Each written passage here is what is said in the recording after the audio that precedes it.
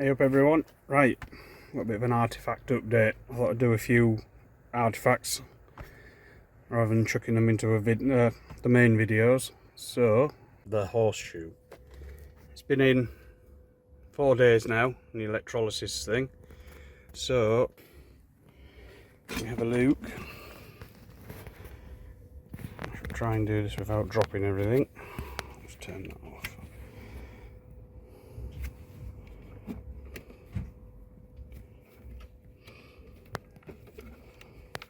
How hard is it to undo a clip? Thank you.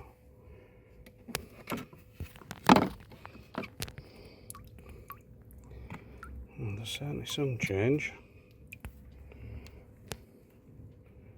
Actually, see some of the exposed metal now. And I'd probably say a lot of that's loose. So, bear with me. A few moments later. We have here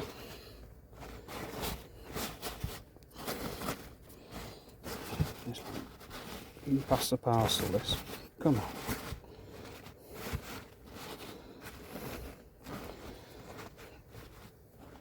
This is that little horseshoe that I found on the first dive, and it's come up absolutely amazing.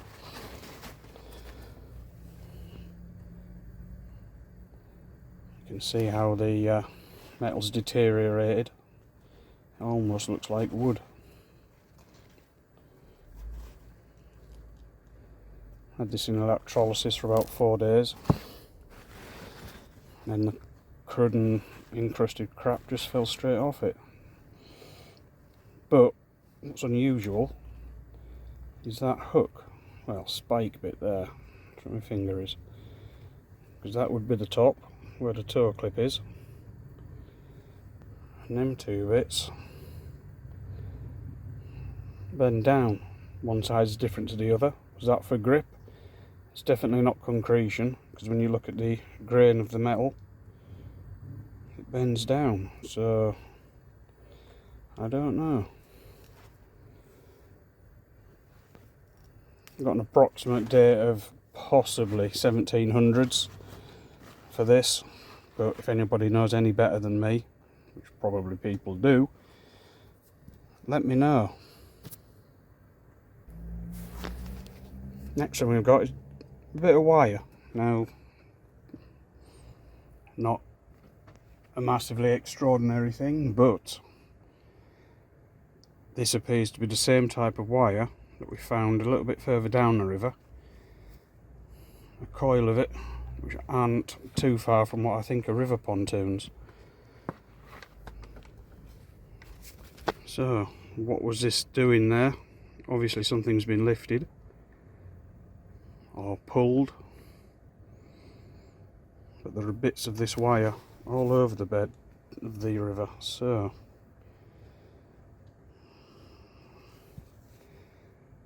I'm going to have to get down there to where it's all coiled and see if it's attached to anything, or has it just been dumped. Next up, a little glass bottle. I think it's fairly modern. I'm going to guess probably a medicine bottle, maybe from the 80s. But I do like finding bottles, don't know why. A lot of river crap on it. I may leave it like that, or I might clean it back up to that, maybe.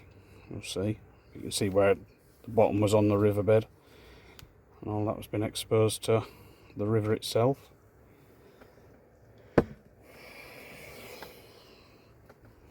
We've got this one, old classic milk bottle. I can remember delivering these when I used to have a milk round. That was many years ago.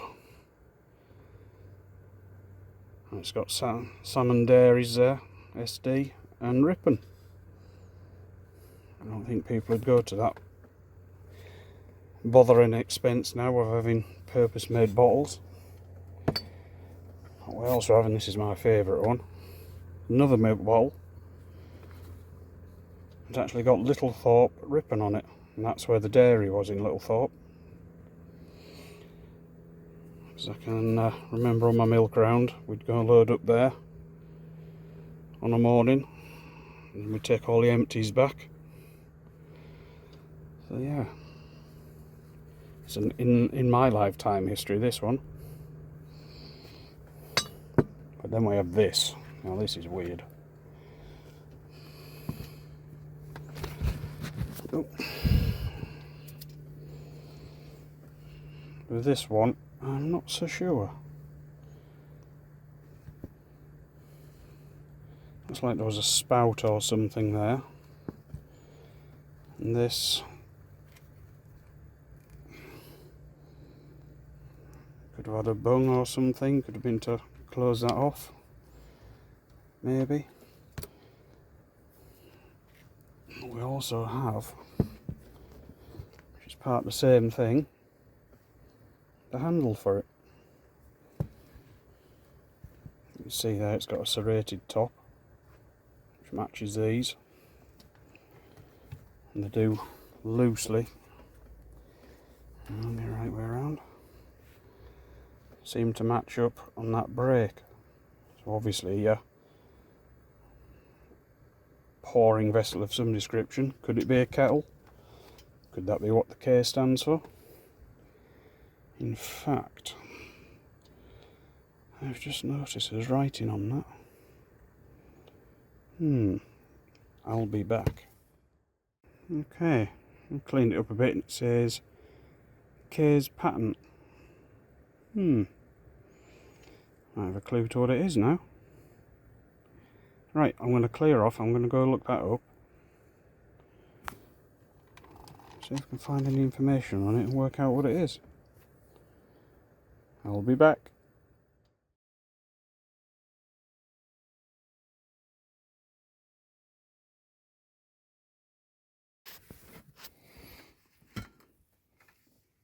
Here's something a bit different that we found.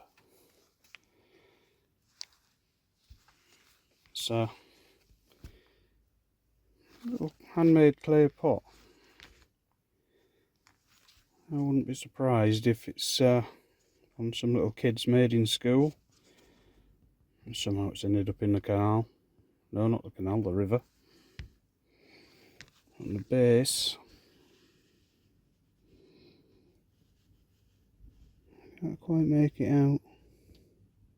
AW ER maybe 3A. Don't know.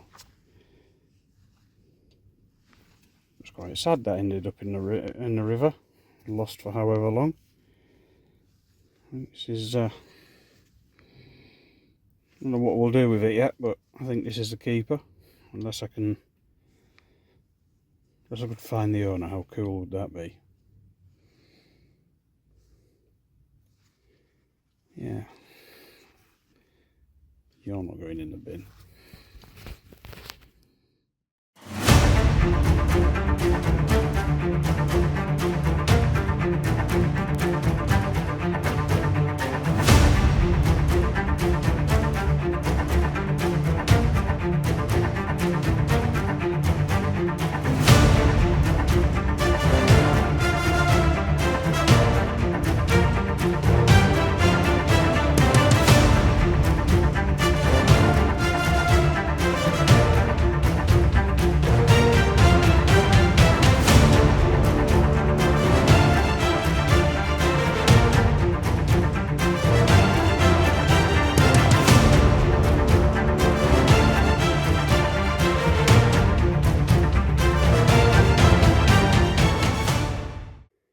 Hey up everyone, right, a day I didn't think had come. We've got the bomb back that Cameron found. How cool's that?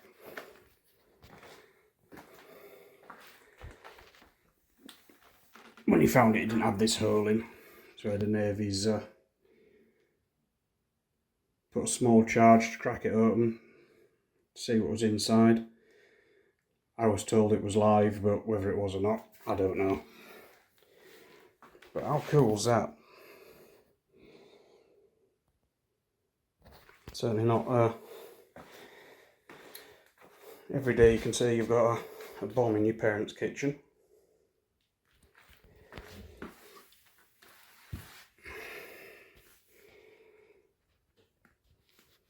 Now, from what I've read, this would be one of the mounting points, or, depending on the type, there'd be a fuse in it. Probably wrong there, but someone will certainly tell me. This is definitely one of the fixing points where it fixes the aircraft. And this big boy here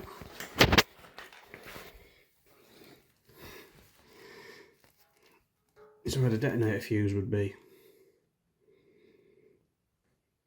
And when we found it, there was no fuse in it. So I'm still very much of the opinion this is, it wasn't dropped there. I think I'm almost 100% certain there'd have been nothing in this. And it was used as a training aid by the Royal Engineers dive teams in World War II. So how cool is that? There's obviously no tail section on it. That's all sealed. Tail section would fit on here. You come way back here, but if it ever had it on while it was in the river, that's long since deteriorated, because they weren't as well made as these. The fins weren't there for destruction, but you can see a weld line here and here. So this was made in 3 bits, which makes it a Type 333 SC 250. It'd certainly relocate your house pretty well. It's a hell of a thing. Hopefully eventually we'll get this into a local museum. Well, I mean, look how thick that is. What's that thickness, that? And obviously as this cone goes down, this gets thicker. This is the heaviest end. But what I'm going to try, probably regret this, is have a look inside it. Just put the light on. Hopefully I won't drop it. That sand and stuff like that it was all buried in. When they set their charge off, they put about a ton or 2 of sand over it. But hang on, let's just see what you can see. There you go, that's the nose end. How cool is that? Hopefully not drop it.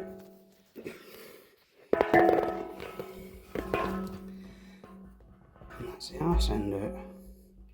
That tube there is the fuse pocket.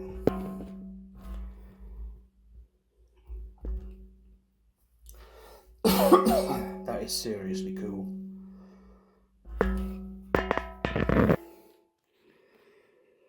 Yeah, really didn't think we'd ever see this again. But after a number of emails and conversations with the Navy guys,